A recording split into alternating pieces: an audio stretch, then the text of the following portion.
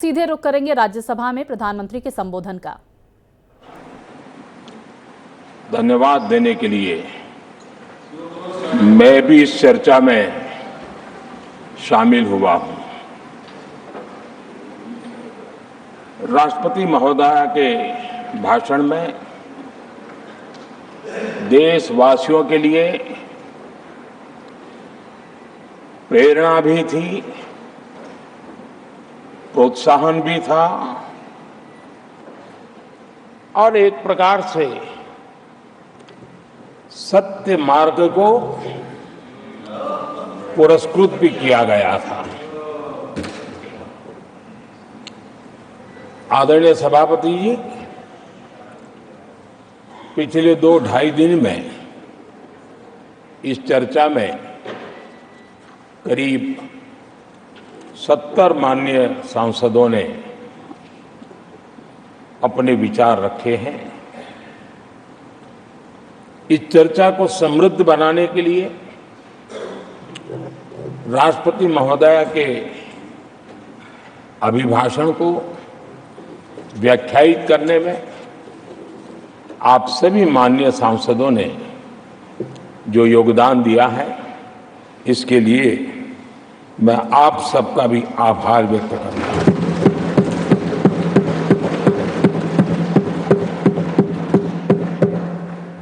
आदरणीय सभापति जी, भारत की आजादी के इतिहास में हमारी संसदीय लोकतांत्रिक यात्रा में बहुत दशकों के बाद देश की जनता ने एक सरकार को तीसरी बार देश की सेवा करने का अवसर।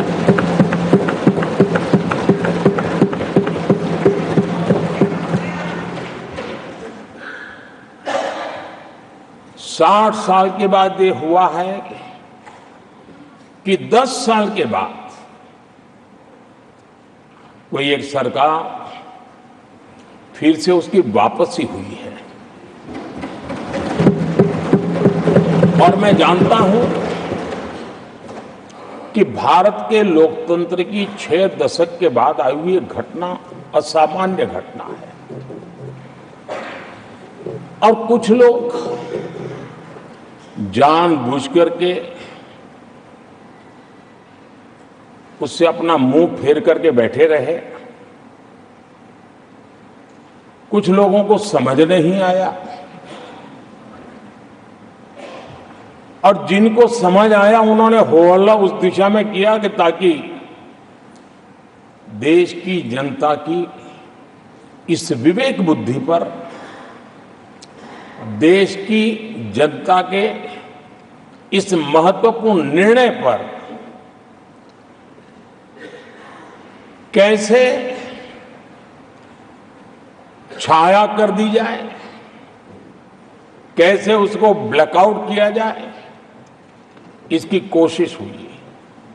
लेकिन मैं पिछले 2 दिन से देख रहा हूं कि आखिर तक पराजय भी स्वीकार हो रहा है और दबे मन से, कम मन से विजय भी स्वीकार हो रहा है।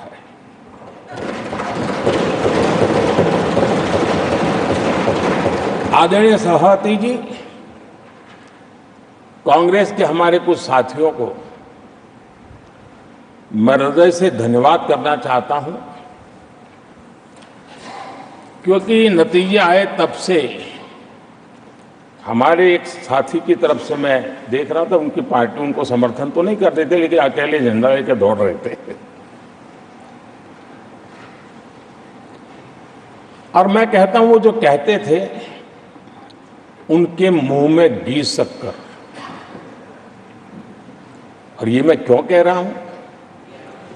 क्योंकि उन्होंने बार बार ढोल पीटा था 1/3 सरकार। इससे बड़ा सत्य क्या हो सकता है कि हमारे 10 साल हुए हैं, 20 और बाकी है, 1/3 हुआ है, 1/3 हुआ है 2/3 बाकी है। और इसलिए उनकी इस भविष्यवाणी को लिए मैं उनके मुंह में घी सकता हूं।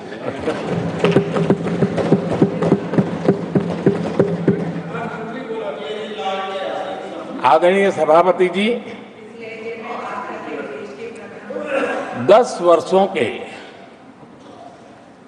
अखंड एकनिष्ठ अविरत सेवा भाव से किए हुए कार्य को देश की जनता ने जी भर करके समर्थन दिया है।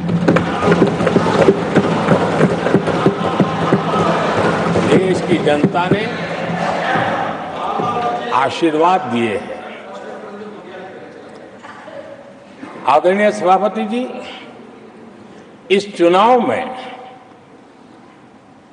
देशवासियों की विवेक बुद्धि पर गर्व होता है, क्योंकि उन्होंने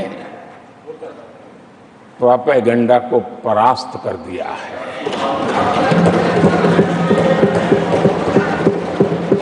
देश की जनता ने परफॉर्मेंस को प्राथमिकता दी है।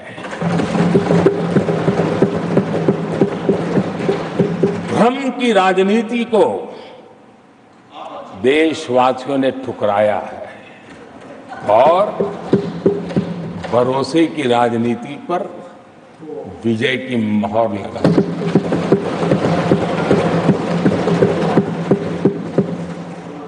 आदरणीय सभापति जी, संविधान के 75वें वर्ष में हम प्रवेश कर रहे हैं। इस सदन के लिए भी ये पड़ाव विशेष है, क्योंकि इसे भी 75 साल हुए हैं और इसलिए एक सुभग संयोग है। आदरणीय सभापति जी, मेरे जैसे बहुत लोग हैं इस देश के सार्वजनिक जीवन में, जिनके परिवार में कोई गांव का सरपंच भी नहीं रहा है, गांव का प्रधान भी नहीं रहा है, राजनीति से कोई सरोकार नहीं रहा है, लेकिन आज अनेक महत्वपूर्ण पदों पर पहुंच करके देश की सेवा कर रहे हैं। और उसका कारण बाबा साहब आम्बेडकर ने जो संविधान दिया है, उसने हम जैसे लोगों को अवसर दिया और मेरे जैसे अनेक लोग हैं जिनको बाबा साहब आम्बेडकर द्वारा दिए गए संविधान के कारण यहां तक आने का अवसर मिला है और जनता जनार्दन ने उस पर मोहर लगाई, तीसरी बार आने का मौका मिल गया।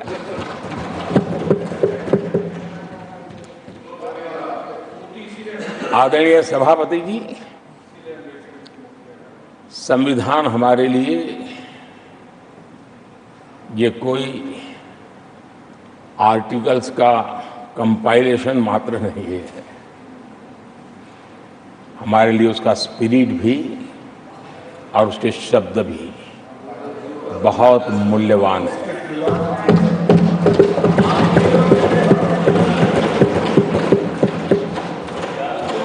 और हमारा मानना है कि किसी भी सरकार के लिए, किसी भी सरकार के नीति निर्धारण में, कार्यकलापों में हमारा संविधान लाइट हाउस का काम करता है, दिशा दर्शक का काम करता है, हमारा मार्गदर्शन करता है। आदरणीय सभापति जी, मुझे याद है मैंने जब लोकसभा में हमारी सरकार की तरफ से कहा गया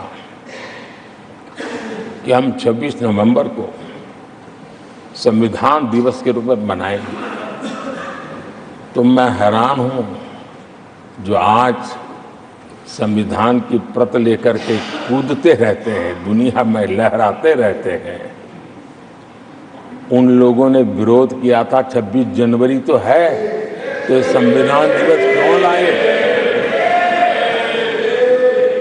और आज संविधान दिवस के माध्यम से संविधान दिवस के माध्यम से देश के स्कूल कॉलेजेस में संविधान की भावना को, संविधान की रचना में क्या भूमिका रही है, देश के गणमान्य महापुरुषों ने संविधान के निर्माण में किन कारणों से कुछ चीजों को छोड़ने का निर्णय किया, किन कारणों से कुछ चीजों का स्वीकार करने का निर्णय किया, इसके विषय में हमारे स्कूल कॉलेजेस में विस्तार से चर्चा हो, निबंध स्पर्धाएं हो, चर्चा सभाएं हो, एक व्यापक रूप से संविधान के प्रति आस्था का भाव जगे और संविधान के प्रति समझ विकसित हो। देशवासियों के लिए आने वाला पूरा कालखंड संविधान हमारी सबसे बड़ी प्रेरणा रहे, इसके लिए हम कोशिश करते रहे हैं। और अब जब 75 वर्ष में प्रवेश कर रहे हैं तो हमने इसे एक जन उत्सव के रूप में राष्ट्रव्यापी उत्सव मनाने का तय किया और इसे देश के कोने कोने में संविधान की भावना को, संविधान के पीछे जो मकसद है उसके विषय में भी देश को अवगत कराने का प्रयास है। आदरणीय सभापति जी, देश की जनता ने हमें तीसरी बार जो अवसर दिया है वो अवसर विकसित भारत, आत्मनिर्भर भारत, इस यात्रा को मजबूती देने के लिए, इस संकल्प को सिद्धि तक ले जाने के लिए हमें देश के कोटि कोटि जनों ने आशीर्वाद दिए हैं।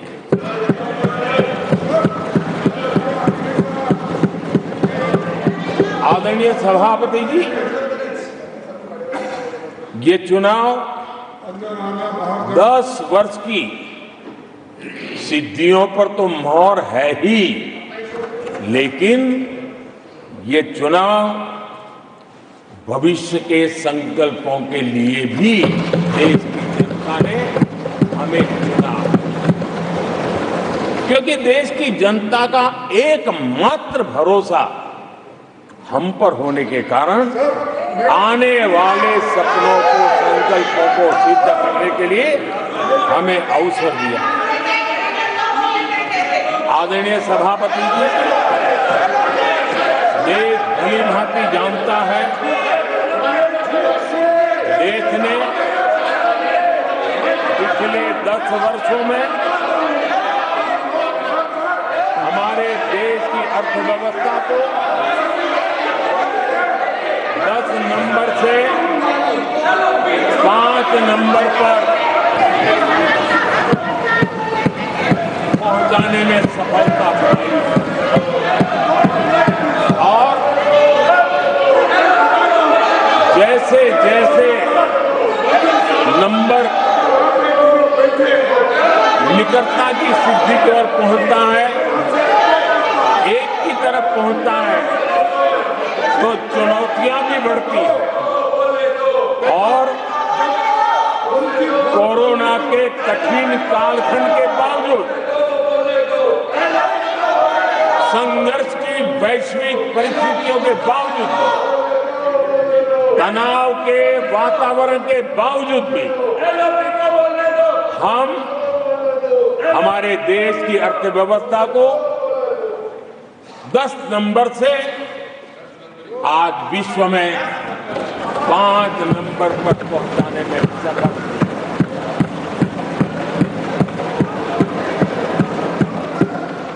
इस बार देश की जनता ने हमें रिकॉर्ड में 5 नंबर से 3 नंबर की इकोनॉमी पर पहुंचाने के लिए जनादेश दिया है और मुझे पक्का विश्वास है कि देश की जनता ने हमें जो जनादेश दिया है, हम भारत की अर्थव्यवस्था को विश्व के टॉप 3 में पहुंचा के रहेंगे।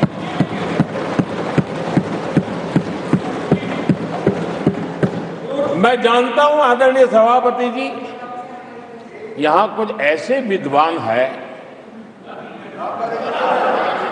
जो ये मानते हैं कि इसमें क्या है, ये तो होने ही वाला है, ये तो अपने आप तीसरे नंबर पे पहुंचने वाली है, ये तो अपने आप हो ही जाएगा। ऐसे विद्वान हैं। अब ये लोग ऐसे हैं जिन्होंने ऑटो पायलट मोड पर सरकार चलाने का या तो रिमोट पायलट पर सरकार चलाने का उनको आदी है, इसलिए वो कुछ करना धरने में विश्वास नहीं करते। वो कुछ करने धरने में विश्वास नहीं करते, वो इंतजार करना जानते हैं। लेकिन हम परिश्रम में कोई कमी नहीं रखेंगे।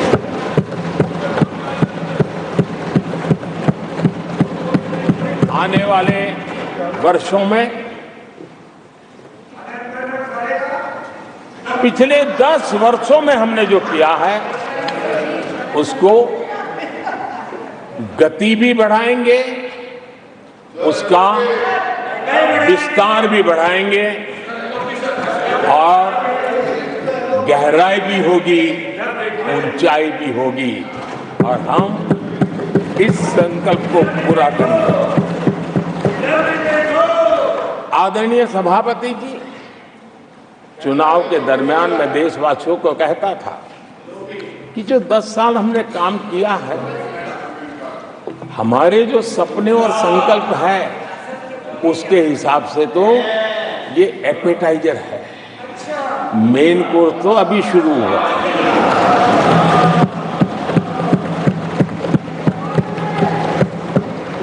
आदरणीय सभापति जी, आने वाले 5 साल मूल सुविधाओं के सैचुरेशन के और हम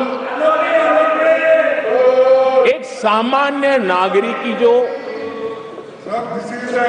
रोजमर्रा की जिंदगी की आवश्यकताएं होती हैं, एक गरिमापूर्ण जीवन जीने के लिए जिन व्यवस्थाओं की, जिन सुविधाओं की, जिस प्रकार के गवर्नेंस की आवश्यकताएं होती हैं, हम इन मूलभूत सुविधाओं के सैचुरेशन का युग के रूप में उसको परिवर्तित करना चाहते हैं। आदरणीय सभापति जी, आने वाले 5 वर्ष गरीबों के खिलाफ निर्णायक लड़ाई के हैं। आने वाले 5 वर्ष गरीबी के खिलाफ गरीबों की लड़ाई, और मैं मानता हूं गरीब जब गरीबी के खिलाफ लड़ाई के लिए एक सामर्थ्य के साथ खड़ा हो जाता है तो गरीबों की गरीबी के खिलाफ की लड़ाई सफलता को प्राप्त करती है। और इसलिए आने वाले 5 साल गरीबी के खिलाफ लड़ाई के निर्णायक वर्ष है और यह देश गरीबी के खिलाफ लड़ाई में विजयी होकर के रहेगा। ये पिछले 10 साल के अनुभव के आधार पर मैं बहुत विश्वास से कह सकता हूं।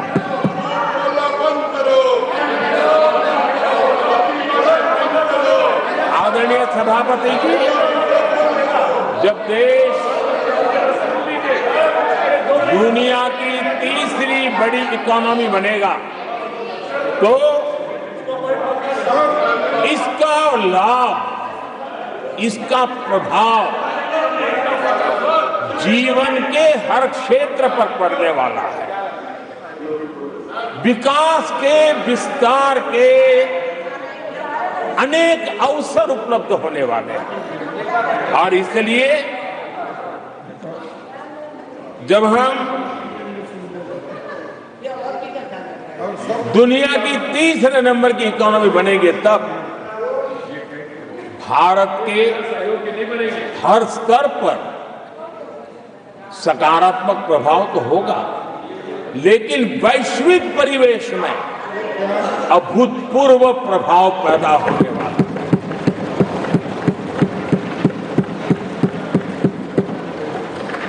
आदरणीय सभापति जी, हम आने वाले कालखंड में नए स्टार्टअप्स का,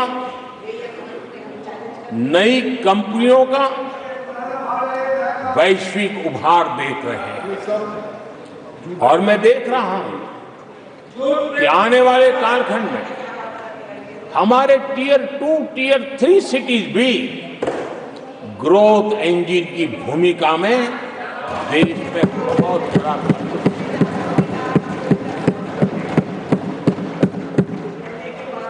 आदरणीय सभापति जी, ये शताब्दी टेक्नोलॉजी ड्रिवन शताब्दी और इसलिए हम कई नए सेक्टर्स में नए फुटप्रिंट्स भी अवश्य रूप से देखेंगे। आदरणीय सभापति जी, आने वाले 5 साल में पब्लिक ट्रांसपोर्ट में बहुत तेजी से बदलाव आने वाला है और इसका लाभ भारत के कोटि-कोटि जनों को जल्द से जल्द मिले, उस दिशा में हम गंभीरता से आगे बढ़ना चाहते हैं।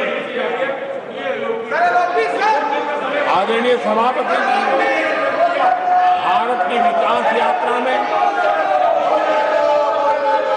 हमारे छोटे शहर, चाहे खेल जगत हो, चाहे शिक्षा जगत हो, चाहे इनोवेशन हो, चाहे पेटेंट की रजिस्ट्री हो, मैं साफ देख रहा हूं कि हमारे छोटे छोटे शहर, हजारों की तादाद में से शहर भारत में एक विकास का नया इतिहास गढ़ने वाले हैं।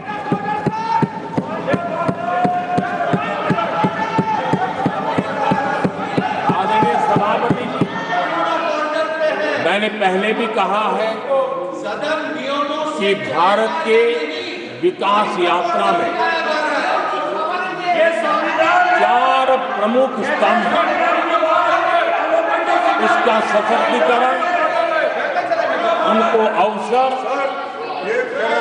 ये बहुत बड़ी ताकत देने वाले हैं। आदरणीय सभापति जी, हमारे देश के किसान, हमारे देश के गरीब, हमारे देश के युवा और हमारे देश की नारी शक्ति, आदरणीय सभापति जी, हमने हमारी विकास यात्रा में हमारा जो फोकस है उसको हमने रेखांकित किया है। आदरणीय सभापति जी, यहाँ भी कई साथियों ने खेती और किसानी को लेकर के हर एक ने विस्तार से अपने विचार रखे हैं और अनेक बातें सकारात्मक रूप से भी रखी है। मैं किसानों को लेकर सभी सदस्यों को और उनकी भावनाओं का आदर करता हूं। बीते 10 वक्त में हमारी खेती लाभकारी हो, किसान को लाभकारी हो, उस पर हमने हमारा ध्यान केंद्रित किया है। अनेक योजनाओं से उसको हमने ताकत देने का प्रयास किया है। चाहे फसल के लिए ऋण हो, लगातार नए बीज किसानों को उपलब्ध हो, आज की कीमत उचित हो और फसल बीमा का लाभ पहले की सारी मुसीबतें दूर कर देकर किसानों को सरलता से उपलब्ध हो। चाहे एमएसपी पर खरीद की बात हो, हमने पुराने सारे रिकॉर्ड तोड़ करके किसानों को लाभ दिया। एक प्रकार से बीज से बाजार तक हमने किसानों के लिए हर व्यवस्था को बहुत माइक्रो प्लानिंग के साथ मजबूती देने का भरपूर भरसक प्रयास किया है और व्यवस्था को हमने चाक चौबंद किया है। आदरणीय सभापति जी, पहले हमारे देश में छोटे किसानों को किसान क्रेडिट कार्ड लोन पाना करीब करीब न के बराबर था, बहुत मुश्किल था। जबकि उनकी संख्या सबसे अधिक आज हमारी नीतियों के कारण, किसान क्रेडिट कार्ड के विस्तार के कारण, आदरणीय सभापति, हमने किसानी को एक व्यापक स्वरूप में देखा है और उस व्यापक स्वरूप में हमने किसान क्रेडिट कार्ड पशुपालकों और मछुआरों को किसान क्रेडिट कार्ड का हमने लाभ मुहैया कराया है और इसके हमारे किसानों का खेती के काम को, उसके विस्तार को भी मजबूती दी है। उस दिशा में भी हमने काम किया। आदरणीय सभापति,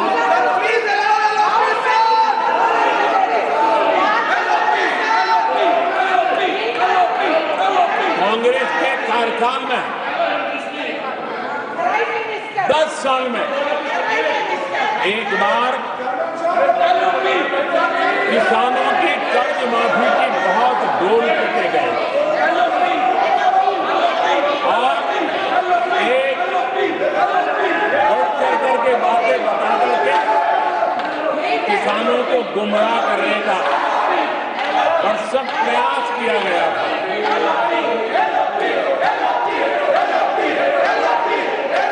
और 60,000 करोड़ की कर्ज माफी, उसका इतना हल्ला मचाया था और एक अनुमान था तो उसके लाभार्थी करीब देश के 3 करोड़ किसान थे। सामान्य गरीब छोटे किसान का तो उसमें नामो निशान नहीं था। जिसको सबसे जरूरत थी, इसकी उनकी योजना में कोई परवाह नहीं थी और उन तक कोई लाभ पहुंच भी नहीं पाया था। लेकिन आदरणीय सभापति जी, जब किसान कल्याण हमारी सरकार के हृदय में, केंद्र में हो, तो नीतियां कैसी बनती है, कल्याण कैसे होता है, लाभ कैसे पहुंचता है, उसका मैं इस सदन को उदाहरण देना चाहता हूं। आदरणीय सभापति जी, हमने प्रधानमंत्री किसान सम्मान योजना चलाई I have to और go by the PM rules. किसान सम्मान योजना का You are aware लाभ of the rules. This conduct is not appropriate. I 10 strongly crore condemn किसानों को हुआ है। unparliamentary practice. I और strongly सिर्फ 6 साल condemn में this generation of हमने this House. Please take your seat. 3 I call lakh upon the crore members रुपए to take their seats. हम किसानों को दे चुके It हैं। is unbecoming of your conduct. आदरणीय सभापति जी, Unbecoming of your conduct.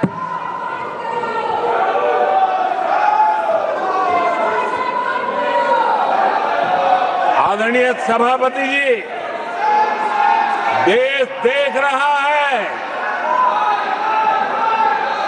झूठ फैलाने वालों की सत्य सुनने की ताकत भी नहीं होती।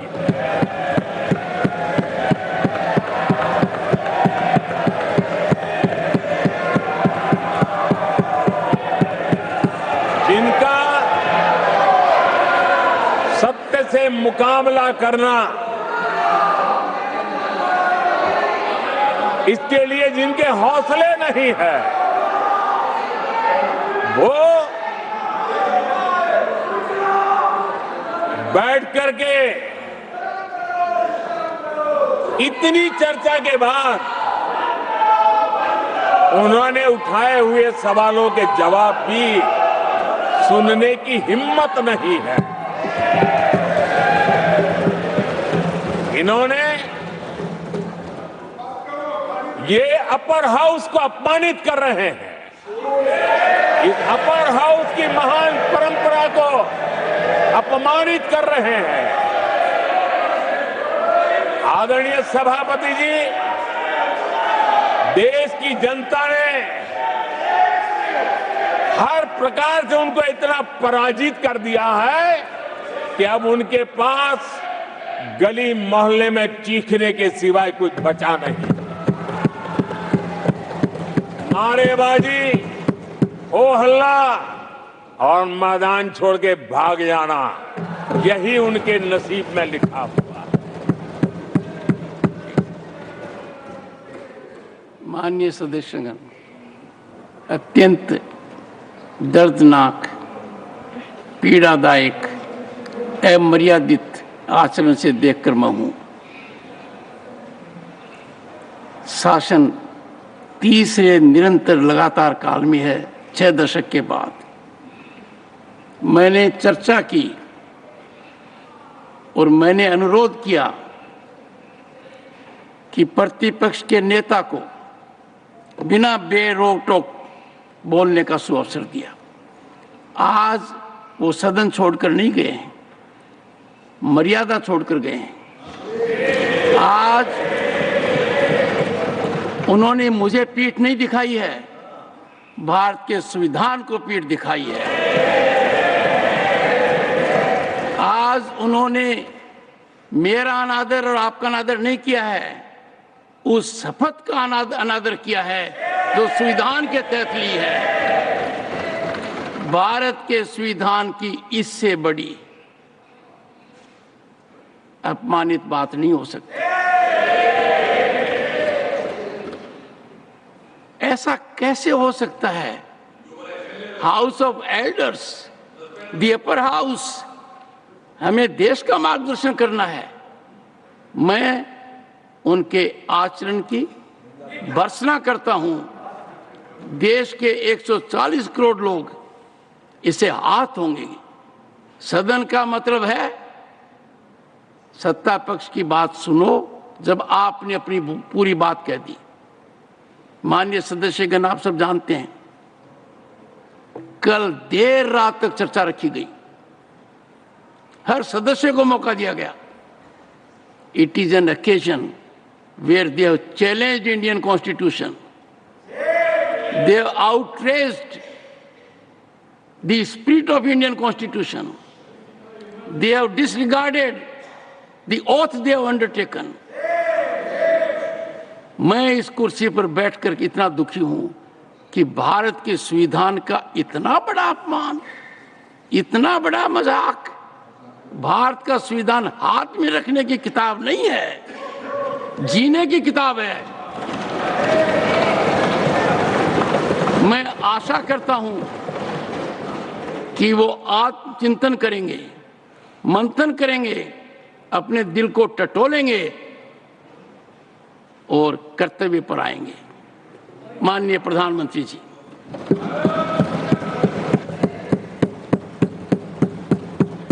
आदरणीय सभापति जी, आपकी वेदना मैं समझ सकता हूं।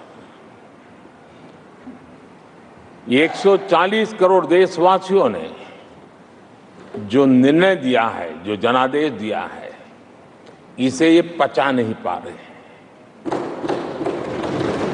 और कल उनकी सारी हरकतें फेल हो गई, तो आज उनका वो लड़ाई लड़ने का भी हौसला नहीं था और इसलिए वो मैदान छोड़ करके भाग गए हैं। आदरणीय सभापति जी, मैं तो कर्तव्य से बंधा हुआ हूं और न ही मैं यहां कोई डिबेट पे स्कोर करने के लिए आया हूं। मैं तो देश का सेवक हूं, देशवासियों को मेरा हिसाब देना है, देश की जनता को मेरे पल पल का हिसाब देना, मैं उसे अपना कर्तव्य मानता हूं।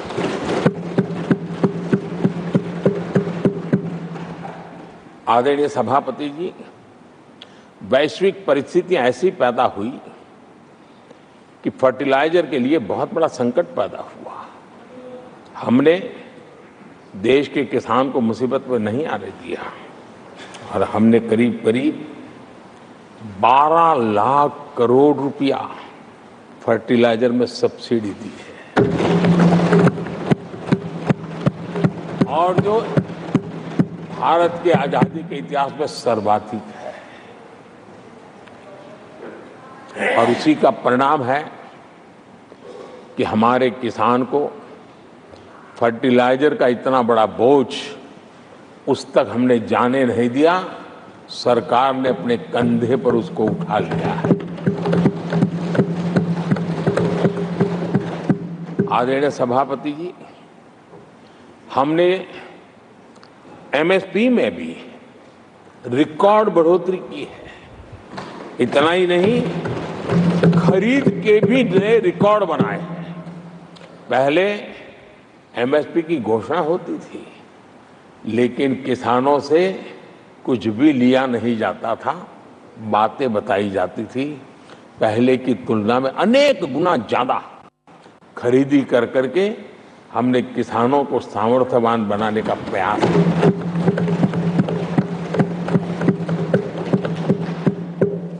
आदरणीय सभापति जी, 10 वर्षों में हमने कांग्रेस सरकार की तुलना में धान और गेहूं किसानों तक 2.5 गुना अधिक पैसा पहुंचाया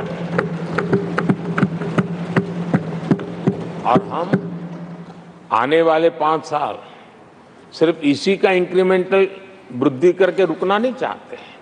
हम नए नए क्षेत्रों को, उन कठिनाइयों का अध्ययन करके उसकी मुक्ति के लिए प्रयास कर रहे हैं और इसलिए आदरणीय सभापति जी, अन्न भंडारण का विश्व का सबसे बड़ा अभियान हमने हाथ लिया है और लाखों की तादाद में विकेंद्रित व्यवस्था के तहत अन्न भंडारणों की रचना करने की दिशा में काम चल पड़ा है। फल और सब्जी एक ऐसा क्षेत्र है, हम चाहते हैं किसान उस तरफ मुड़े और उसके भंडारण के लिए भी एक व्यापक इंफ्रास्ट्रक्चर की दिशा में हम काम कर रहे हैं। आदरणीय सभापति जी, सबका साथ सबका विकास, इस मूल मंत्र को लेकर के हमने देश सेवा की हमारी यात्रा को निरंतर विस्तार देने का प्रयास किया है। देशवासियों को गरिमापूर्ण जीवन देना, ये हमारी प्राथमिकता रही है। आजादी के बाद अनेक दशकों तक जिनको कभी पूछा नहीं गया, आज मेरी सरकार उनको पूछती तो है, उनको पूजती भी है।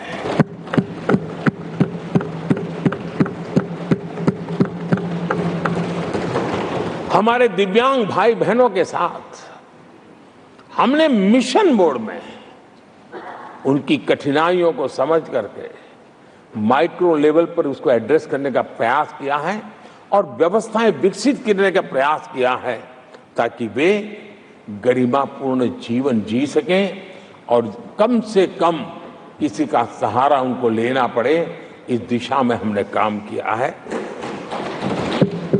आदरणीय सभापति जी, हमारे समाज में किसी न किसी कारणवश एक उपेक्षित वर्ग, यानी एक प्रकार से समाज में बार बार हरदूत होने वाला वर्ग, वो ट्रांसजेंडर वर्ग है। हमारी सरकार ने ट्रांसजेंडर साथियों के लिए कानून बनाने का काम किया है और जब पश्चिम की दुनिया के लोग ये सुनते हैं तो उनको भी गर्व होता है, जब भारत इतना प्रोग्रेसिव है, भारत की तरफ बड़े गर्व की नजर से देखा जाता है। हमने उनको मुख्य धारा में लाने का प्रयास शुरू किया है। आपने देखा होगा पद्मा अवार्ड में भी ट्रांसजेंडर को अवसर देने में हमारी सरकार आ गया। आदरणीय सभापति जी, हमारे गुमंत जनजातीय समुदाय, हमारे गुमंत साथी, हमारे बंजारा परिवार, उनके लिए एक अलग कल्याण बोर्ड बनाया है ताकि उनकी आवश्यकताओं को हम एड्रेस कर सकें और उनको भी एक स्थायी, सुरक्षित और संभावनाओं वाला जीवन प्राप्त हो, उस दिशा में हम काम कर रहे हैं।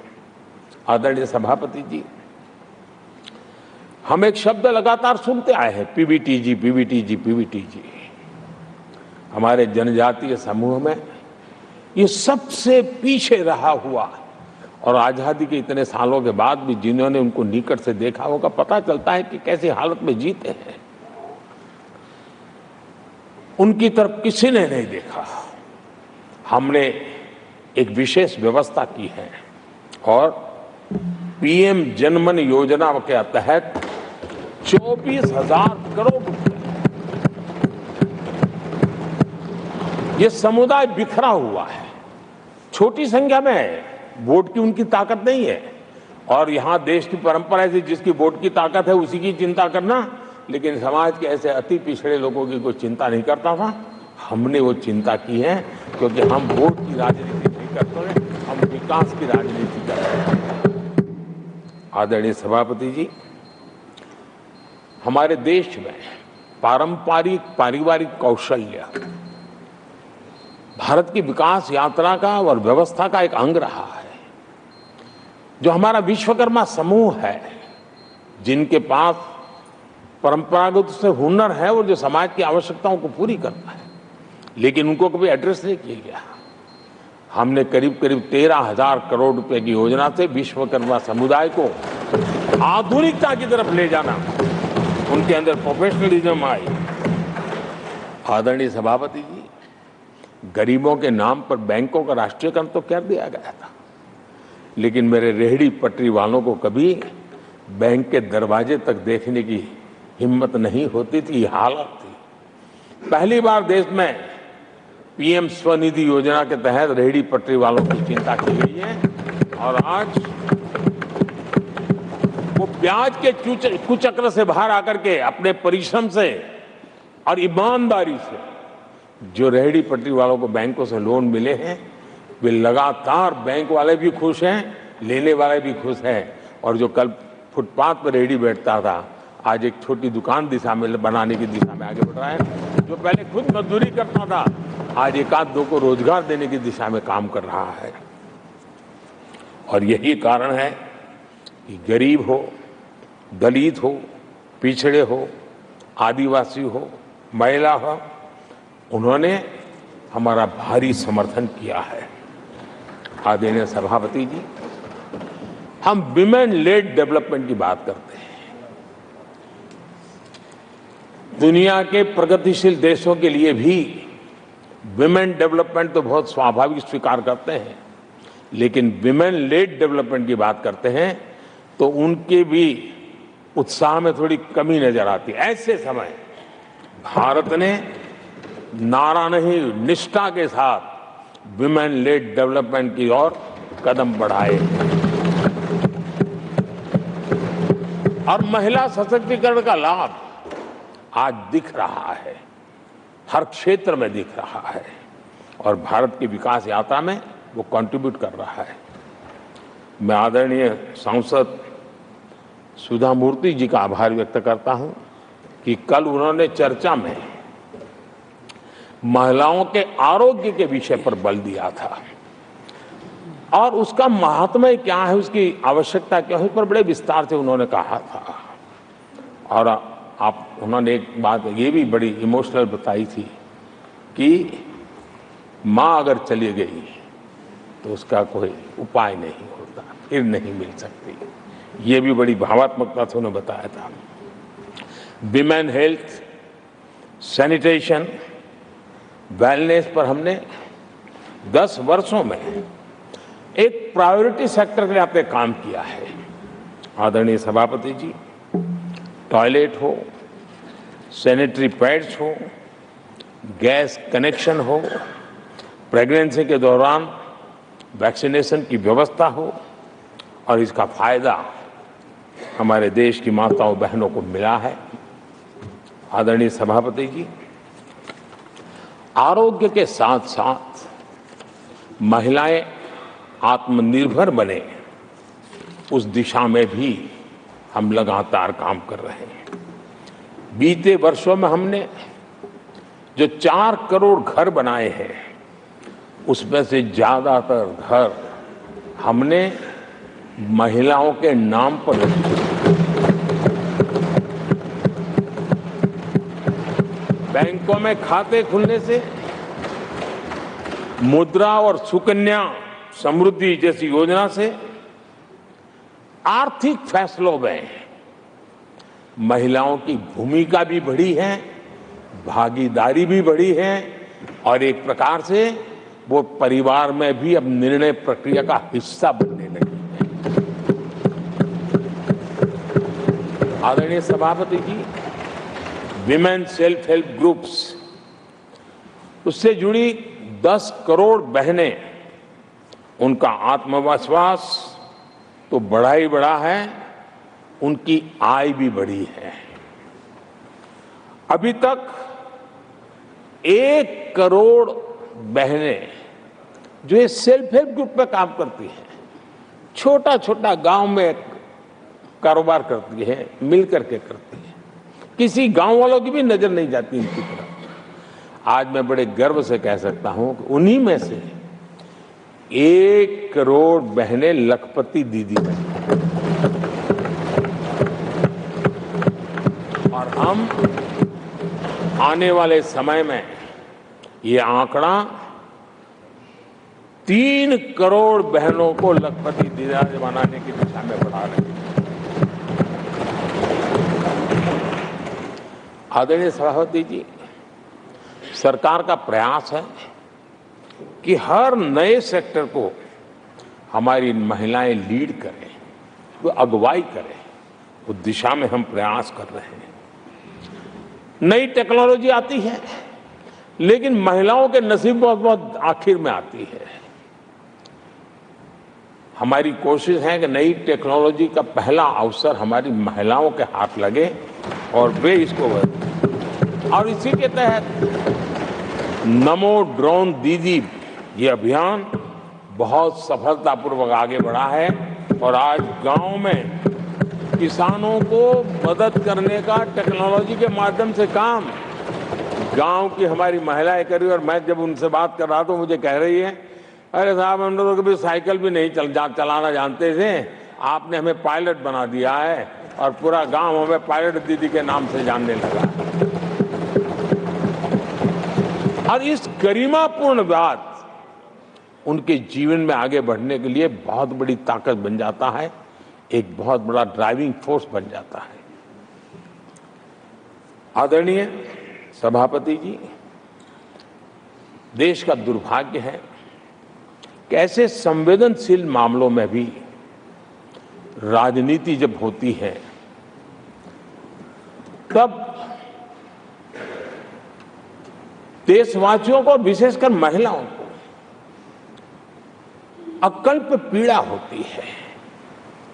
ये जो महिलाओं के साथ होते अत्याचार में विपक्ष का जो सिलेक्टिव रवैया है, ये सिलेक्टिव रवैया बहुत ही चिंताजनक है। आदरणीय सभापति जी, मैं आपके माध्यम से देश को बताना चाहता हूं, मैं किसी राज्य के खिलाफ नहीं बोल रहा हूं, न ही मैं कोई राजनीतिक स्कोर करने के लिए बोल रहा हूं, लेकिन कुछ समय पहले मैंने बंगाल से आई कुछ तस्वीरों को सोशल मीडिया पे वीडियो देखा। एक महिला को वहां सरेआम सड़क पर पीटा जा रहा है। वो बहन चीख रही है, लेकिन वहां खड़े हुए कोई उसकी मदद के लिए नहीं आ रहा है, वीडियो बनाने में लगे हुए हैं। और जो घटना संदेश खली में हुई, जिसकी तस्वीरें रोंगटे खड़े करने वाली है, लेकिन बड़े बड़े दिग्गज, मैं सुन रहा हूं कल से, इसके लिए पीड़ा उनके शब्दों में भी नहीं झलक रही है। इससे बड़ा शर्मिंदगी का दुखद चित्र क्या हो सकता है? और जो अपने आप को बहुत बड़े प्रगतिशील नारी नेता मानते हैं, वो भी मुंह पे ताले लगा करके बैठ गए, क्योंकि संबंध उनके राजनीतिक जीवन से जुड़े किसी दल से है या उस राज्य से है, और इसलिए आप महिलाओं पर हो रही पीड़ा को चुपचाप हो जाए। आदरणीय सभापति जी, मैं समझता हूं कि जिस प्रकार से दिग्गज लोग भी ऐसी बातों को नजरअंदाज करते हैं, तब देश को तो पीड़ा होती है, हमारी माताओं बहनों को ज्यादा पीड़ा होती है। आदरणीय सभापति जी, राजनीति इतनी सिलेक्टिव हो और जहां उनकी राजनीति को अनुकूल नहीं होता है तो इनको सांप सूंघ जाता है, ये बहुत चिंता का विषय है। आदरणीय सभापति जी,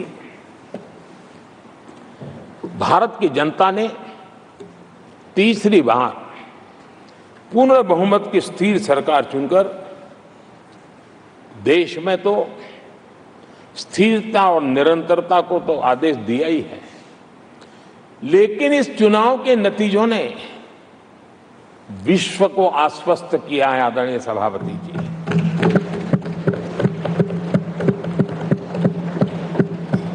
और इस नतीजों के कारण भारत विश्व भर के निवेशकों के लिए एक बहुत बड़ा आकर्षण का केंद्र बनकर के उभर रहा है। इफ्स और बट्स का समय पूरा हो चुका है और भारत में विदेश का निवेश भारत के नौजवानों के लिए रोजगार के नए अवसर लेके आता है, भारत के युवाओं की टैलेंट को विश्व के मंच पर ले जाने का एक अवसर बन जाता है। आदरणीय सभापति जी, honourable prime minister, honorable members, the reply to the discussion on the motion of thanks on the President's address is underway. If the House agrees, the lunch hour may be dispensed with to conclude the discussion. Do I have the leave of the House to dispense with the lunch hour today? Honorable Prime Minister, आपने मुझे भी एक मौका दिया है जो मेरे से पहले एक चेयरमैन को ही मिला है, to listen to the prime minister in his third term replying to the president's address.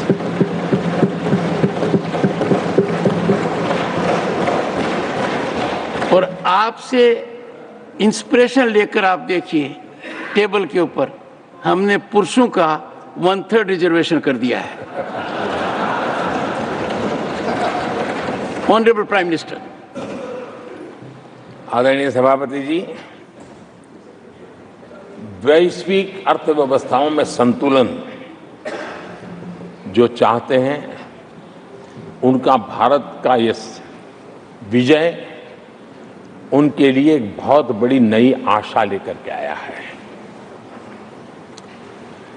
आज विश्व पारदर्शिता पर भरोसा करती है और भारत उसके लिए एक बहुत ही श्रेष्ठ भूमि के रूप में उभर रहा है। आदरणीय सभापति जी, इस चुनाव नतीजों से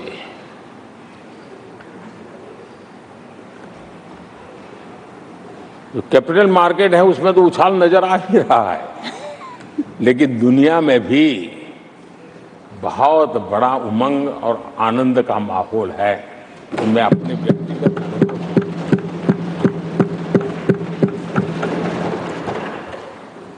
लेकिन इस बीच हमारे कांग्रेस के लोग भी खुशी में मगन है। मैं समझ नहीं पाता हूं कि ये खुशी का कारण क्या है, और इस पर कई सवाल है। क्या ये खुशी हार की हैट्रिक पर है? क्या ये खुशी नर्वस 90 के शिकार होने पर है? क्या ये खुशी एक और असफल लॉन्च की है? आदरणीय सभापति जी, मैं देख रहा था ये उत्साह उमंग से खड़गे जी भी बड़े नजर आ रहे थे, लेकिन शायद खड़गे जी ने उनकी पार्टी की बड़ी सेवा की है, क्योंकि जो ये पराजय का ठिकरा जिन पर फूटना चाहिए था, उनको उन्होंने बचा लिया और खुद दीवार पर के खड़े हो गए।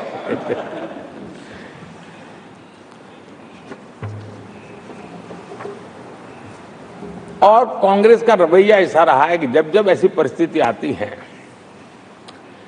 तो दलित को, पिछड़े को ही ये मार झेलनी पड़ती है और वो परिवार बच निकल जाता है। इसमें भी यही नजर आ रहा है।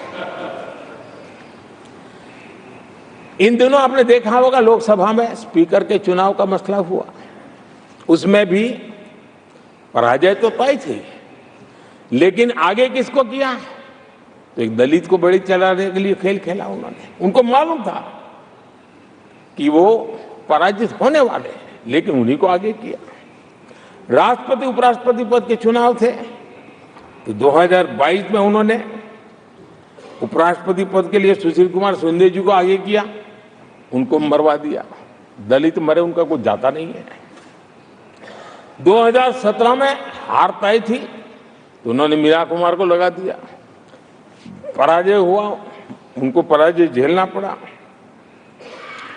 कांग्रेस की एससी, एसटी, ओबीसी ये विरोधी मानसिकता है, जिसके कारण ये पूर्व राष्ट्रपति श्री रामनाथ कोविंद जी का अपमान करते रहे।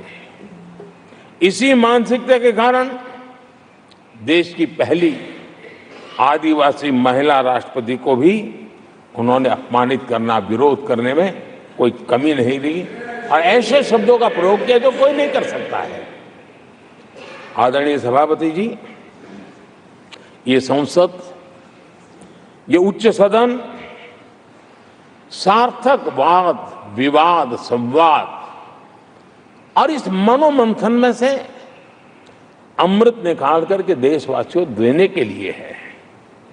ये देश का सबसे बड़ा मंच माना जाएगा। लेकिन जब मैंने कई वरिष्ठ नेताओं की बातें सुनी पिछले 2 दिन में, सिर्फ मुझे ही नहीं, पूरे देश को निराशा हुई है। यहां कहा गया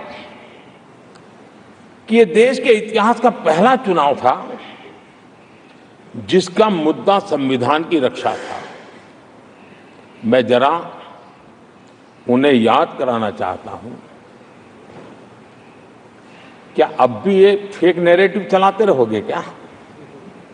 क्या आप भूल गए 1977 का चुनाव? अखबार बंद थे, रेडियो बंद थे, बोलना भी बंद था, और एक ही मुद्दे पर देशवासियों ने वोट किया था, लोकतंत्र की पुनर्स्थापना के लिए वोट किया था। संविधान की रक्षा के लिए पूरे विश्व में इससे बड़ा कभी चुनाव नहीं हुआ है, और भारत के लोगों की रगों में लोकतंत्र किस प्रकार से जीवित है वो 1977 के चुनाव ने दिखा दिया। लेकिन आप गुमराह कर रहे हो देश को।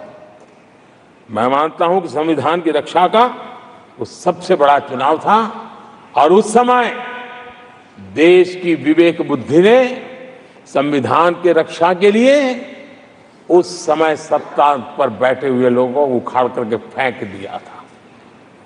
और इस बार अगर संविधान की रक्षा का चुनाव था तो देशवासियों ने संविधान की रक्षा के लिए हमें योग्य पाया है। संविधान की रक्षा के लिए देशवासियों को हम पर भरोसा है। कहां अगर संविधान की रक्षा कोई कर सकता है तो यही लोग कर सकते हैं, और देशवासियों ने हमें जनादेश दिया है। आदरणीय सभापति जी,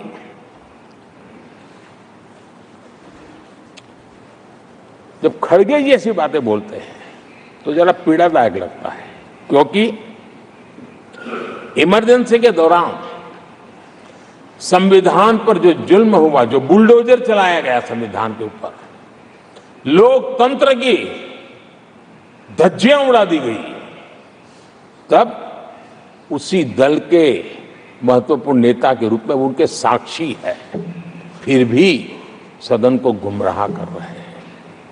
आदरणीय सभापति जी, आपातकाल को मैंने बहुत निकट से देखा है। करोड़ों लोगों को कल्पना भार की यातनाएं दी गई है, उनका जीना मुश्किल कर दिया गया था, और जो संसद के अंदर होता था वो तो रिकॉर्ड पर है। भारत के संविधान की बातें करने वालों को मैं पूछता हूं, जब आपने लोकसभा को 7 साल चलाया था, लोकसभा का कार्यकाल 5 साल है, वो कौन सा संविधान था जिसको लेकर के आपने 7 साल तक सत्ता की मौज ली और लोगों पर जुल्म करते रहे? और आप संविधान हमें सिखाते हो? आदरणीय सभापति जी,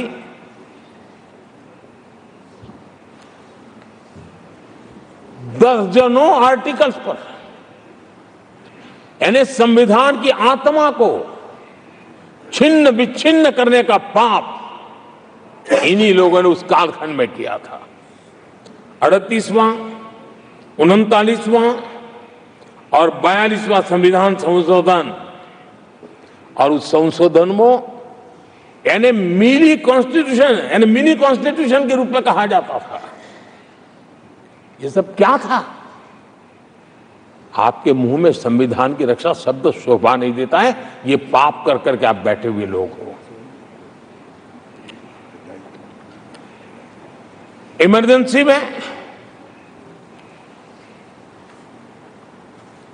पिछली सरकार में 10 साल ये कैबिनेट में थे खड़गे जी, क्या हुआ था? प्रधानमंत्री संवैधानिक पद है, प्रधानमंत्री के पद के ऊपर एनएसी बैठ जाना, ये कौन से संविधान में से लाए थे व्यवस्था? किस संविधान में से बनाया था आप लोगों ने? आपने देश के प्रधानमंत्री पद की गरिमा को चकनाचूर कर दिया था, और रिमोट पायलट बनकर के आप उसके माथे पर बैठ गए थे। कौन सा संविधान आपको अनुमति देता है? आदरणीय सभापति जी, जरा ये बताएं हमको, वो कौन सा संविधान है जो एक सांसद को कैबिनेट के निर्णय को सार्वजनिक रूप से फाड़ देने का हक दे देता है? वो कौन सा संविधान था? किस हैसियत से फाड़ा गया था? आदरणीय सभापति जी, हमारे देश में लिखित रूप में प्रोटोकॉल की व्यवस्था है। राष्ट्रपति, उपराष्ट्रपति, प्रधानमंत्री, स्पीकर सब कैसे कहां होते हैं?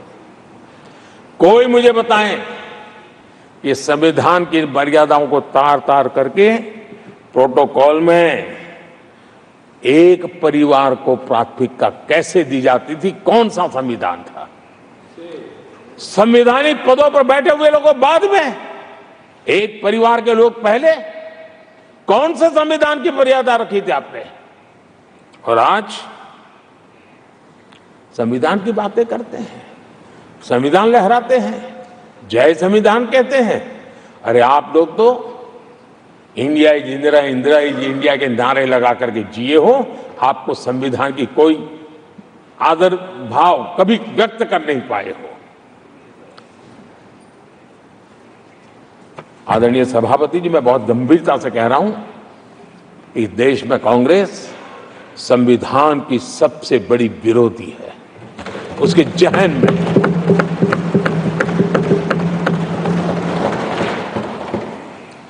आदरणीय सभापति जी, इस पूरी चर्चा के दरमियान उनको 200-500 साल की बातें करने का तो हक है, लेकिन इमरजेंसी की बात के लिए तो वो तो बहुत पुराना हो गया।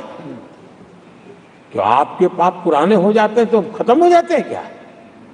आदरणीय सभापति जी, इस हाउस में कोशिश की गई संविधान की बात करना, लेकिन इमरजेंसी को कभी भी आने नहीं देना। ये चर्चा करने का अनुभव है, लेकिन ये देश, इनके साथ जो लोग बैठे हैं उसमें भी बहुत लोग हैं जो इमरजेंसी के भुक्तभोगी रहे हैं,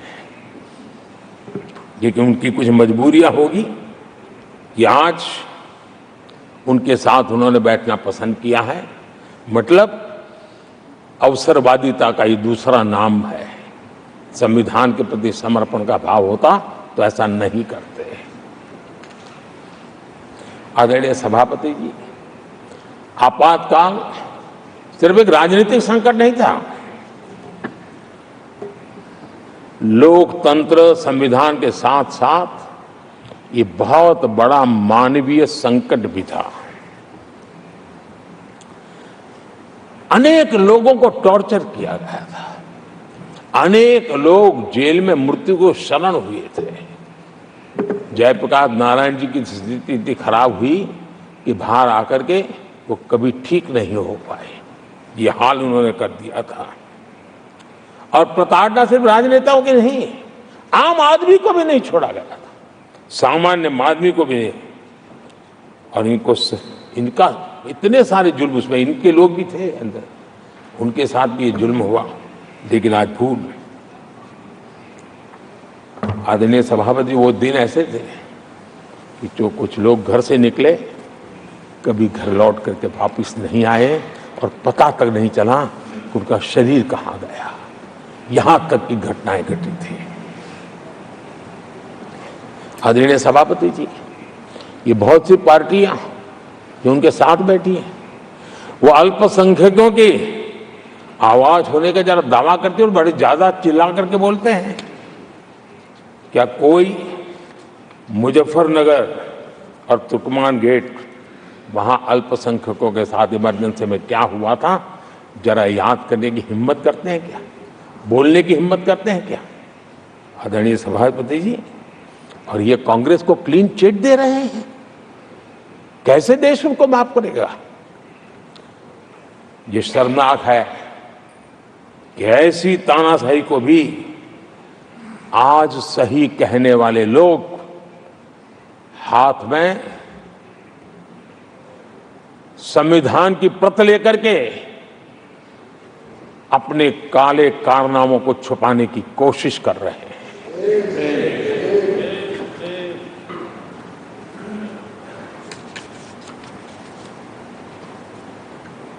आदरणीय सभापति जी, उस समय कई अलग छोटे छोटे राजनीतिक दल थे, ये इमरजेंसी के खिलाफ लड़ाई के मैदान में उतरे थे और धीरे धीरे उन्होंने अपनी जमीन बनाई थी। आज वो कांग्रेस का सहयोग कर रहे हैं और मैंने कल लोकसभा में कहा था, अब कांग्रेस का परजीवी युग शुरू हुआ है। ये परजीवी कांग्रेस है, जहां वो खुद अकेले लड़े वहां उनका स्ट्राइक रेट शर्मजनक है और जहां किसी के सहारे, किसी के कंधे पर बैठने का मौका मिला, वहीं पर से बच करके आए हैं। देश की जनता ने आज भी उनको स्वीकार नहीं किया है, वो किसी की आड़ में आए हैं। ये कांग्रेस परजीवी है, किसी और के कारण सहयोगी दलों के वोट खा करके वो जरा फली फूली है ऐसा दिखता है। और कांग्रेस का परजीवी होने का कारण उनके अपने कारनामों से है। वो देश की जनता का विश्वास नहीं लेता है, वो जोड़ तोड़ करके बचने का रास्ता खोज रहे हैं। जनता जनार्दन का विश्वास जीतने के लिए इनके पास कुछ नहीं है, इसलिए फेक नैरेटिव के द्वारा, फेक वीडियो के द्वारा देश को भ्रमित करके, गुमराह करके अपने कारनामे करने की आदत है। आदरणीय सभापति जी, इस सदन में, ये उच्च सदन है, यहां विकास के विजन पर चर्चा होना स्वाभाविक अपेक्षित है, लेकिन भ्रष्टाचार के गंभीर आरोपों से घिरे लोग, ये कांग्रेस वाले भ्रष्टाचारी बचाओ आंदोलन चलाने लग गए हैं बेशर्मी के साथ। जिनको सजाएं मिली है भ्रष्टाचार में, इनके साथ तस्वीरें निकालने में उनको मजा आ रहा है। पहले ये लोग हमको पूछते थे, बातें तो बड़ी करते थे, भ्रष्टाचारियों पर कार्रवाई क्यों नहीं होती है? और जब भ्रष्टाचारी जेल जा रहे हैं तो हंगामा कर रहे हैं। क्या आप लोगों को जेल क्या भेज रहे हो? आदरणीय सभापति जी, यहां चर्चा के दौरान केंद्र की जांच एजेंसियों पर आरोप लगाए गए हैं। जांच एजेंसियों का ये सरकार दुरुपयोग कर रही है, ऐसा कहा गया है। आदरणीय सभापति जी, अब आप मुझे बताइए, भ्रष्टाचार करे आप, शराब घोटाला करे आप, बच्चों के क्लास के बनाने में घोटाला करे आप, पानी तक में घोटाला करे आप, आपकी शिकायत करे कांग्रेस, आपको कोर्ट में घसीट करके ले जाए कांग्रेस, और अब कार्रवाई हो तो गाली दे मोदी को।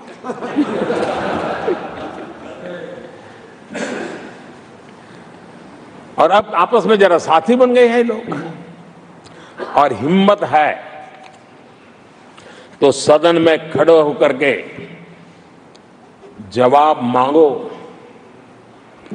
कांग्रेस पार्टी से मैं आप वालों से कहता हूं, कांग्रेस भी बताएं कि आपने प्रेस कॉन्फ्रेंस करके आपके घोटालों के इतने सारे सबूत देश के सामने रखे थे। कांग्रेस ने प्रेस कॉन्फ्रेंस की थी, इन्हीं लोगों के खिलाफ की थी। अब ये बताएं कि ये जो उन्होंने सबूत प्रेस कॉन्फ्रेंस करके सारी फाइलें बताई थी, क्या वो सबूत सच्चे थे या झूठे थे? दोनों एक दूसरे को खोल करके रख देंगे। आदरणीय सभापति जी, मुझे विश्वास है ऐसी चीजों का जवाब देने की उनके अंदर हिम्मत नहीं है। आदरणीय सभापति जी, ये ऐसे लोग हैं जिनका डबल स्टैंडर्ड है, दोहरा रवैया है। और मैं देश को बार बार ये बात याद दिलाना चाहता हूं, ये कैसा दोगलापन चल रहा है। ये लोग दिल्ली में एक मंच पर बैठ करके जांच एजेंसियों पर आरोप लगाते हैं, भ्रष्टाचारियों को बचाने के लिए रैलियां करते हैं और केरला में उनके शहजादे, उन्हीं के केरल के एक मुख्यमंत्री जो उनके गठबंधन के साथी हैं, उनको जेल भेजने की अपील करते हैं और भारत सरकार को कहते हैं कि इस मुख्यमंत्री को जेल भेज दो। दिल्ली में ईडी सीबीआई की कार्रवाई उस पर हाय तौबा करते हैं और वही लोग उसी एजेंसी से केरल के मुख्यमंत्री को जेल भेजने की बात करते हैं, शहजादे। तब लोगों के मन में सवाल उठता है कि इसमें भी दोगलापन। आदरणीय सभापति जी, छत्तीसगढ़ में कांग्रेस सरकार के मुख्यमंत्री के साथ शराब घोटाला जुड़ा। यही आप पार्टी वाले चीख चीख करके कहते थे कि ईडी सीबीआई को लगा दो और इस मुख्यमंत्री को जेल में डाल दो, खुलेआम कहते थे। और ईडी ये काम करे इसके लिए गुजारिश करते थे। उनको तब ईडी बहुत प्यारा लगता है। आदरणीय सभापति जी, ये आज जो लोग जांच एजेंसियों को बदनाम कर रहे हैं, हल्ला मचा रहे हैं, मैं जरा उनकी याददाश्त पर जोर डालना चाहिए, मैं ऐसा उनका आग्रह करता हूं। जांच एजेंसियों का पहले दुरुपयोग कैसे होता था, कौन करता था, मैं जरा बताना चाहता हूं। मैं कुछ बयान आपके सामने रखता हूं। ये पहला बयान है 2013 का। बयान क्या है? कांग्रेस से लड़ना आसान नहीं है, जेल में डाल देगी, सीबीआई पीछे लगा देगी। कांग्रेस सीबीआई व इनकम टैक्स का भय दिखा करके समर्थन लेती है। ये स्टेटमेंट किसका है? ये बयान है स्वर्गीय मुलायम सिंह जी का। कांग्रेस एजेंसियों का कैसा दुरुपयोग करता है, ये मुलायम सिंह जी ने कहा था। और यहां इस सदन के माननीय सदस्य रामगोपाल जी को मैं जरा पूछना चाहता हूं कि रामगोपाल जी, क्या नेताजी कभी झूठ बोलते थे क्या? नेताजी तो सच बोलते थे। आदरणीय सभापति जी, मैं रामगोपाल जी को ये भी कहा जरा भतीजे को भी बताएं, क्योंकि उनको भी याद दिलाए कि राजनीति में कदम रखते ही भतीजे पर सीबीआई का फंदा लगाने वाले कौन थे, जरा याद दिला दें उनको, पता चलेगा। आदरणीय सभापति जी, मैं एक और बयान पढ़ता हूं, ये भी साल 2013 का है। The Congress had used the CBI to strike political bargains with many parties. और कौन कहते हैं? उनके कॉमरेड श्रीमान प्रकाश करात जी ने ये कहा हुआ है, 2013 में कहा। एजेंसियों का कौन दुरुपयोग करता था? एक और महत्वपूर्ण स्टेटमेंट में पढ़ता हूं और मैं याद दिलाना चाहता हूं स्टेटमेंट क्या है कि सीबीआई पिंजरे में बंद तोता है जो मालिक की आवाज में बोलता है।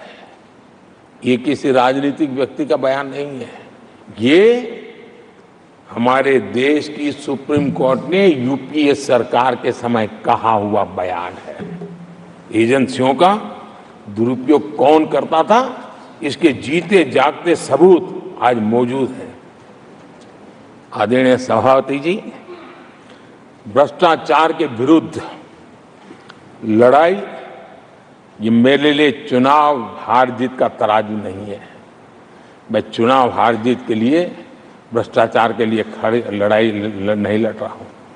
ये मेरा मिशन है, ये मेरा कन्विक्शन है और मैं मानता हूं कि भ्रष्टाचार एक ऐसी दिमक है जिसने देश को खोखला कर दिया है। इस देश को भ्रष्टाचार से मुक्ति दिलाने के लिए, भ्रष्टाचार के प्रति सामान्य मानव के मन में नफरत पैदा करने के लिए मैं जी जान से जुटा हुआ हूं और मैं इस पवित्र कार्य मानता हूं। 2014 में जब हमारी सरकार बनी तो हमने दो बड़ी बातें कही थी।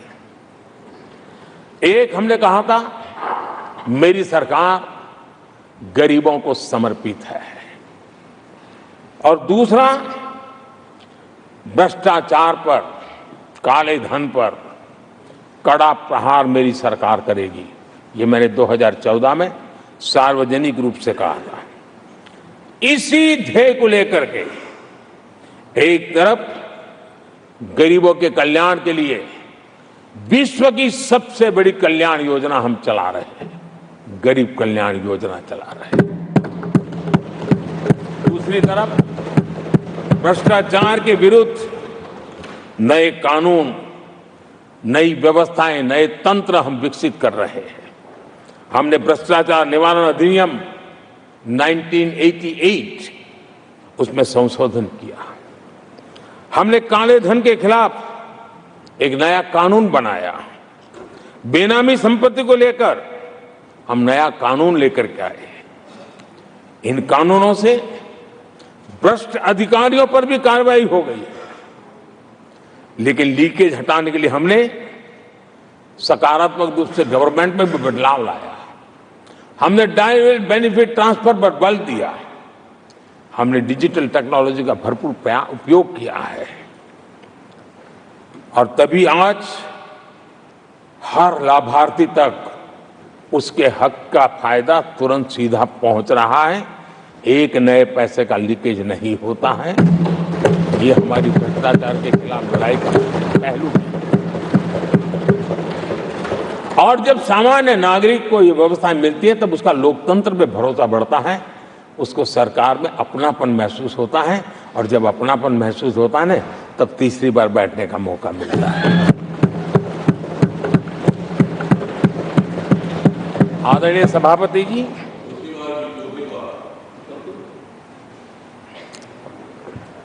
मैं निसंकोच रूप से कहना चाहता हूं, लाग लपेट नहीं रखता हूं, और मैं देशवासियों को भी कहना चाहता हूं कि मैंने एजेंसियों को भ्रष्टाचार और भ्रष्टाचारियों पर कड़ों से कठोर कार्रवाई करने के लिए खुली छूट दे के रखी है।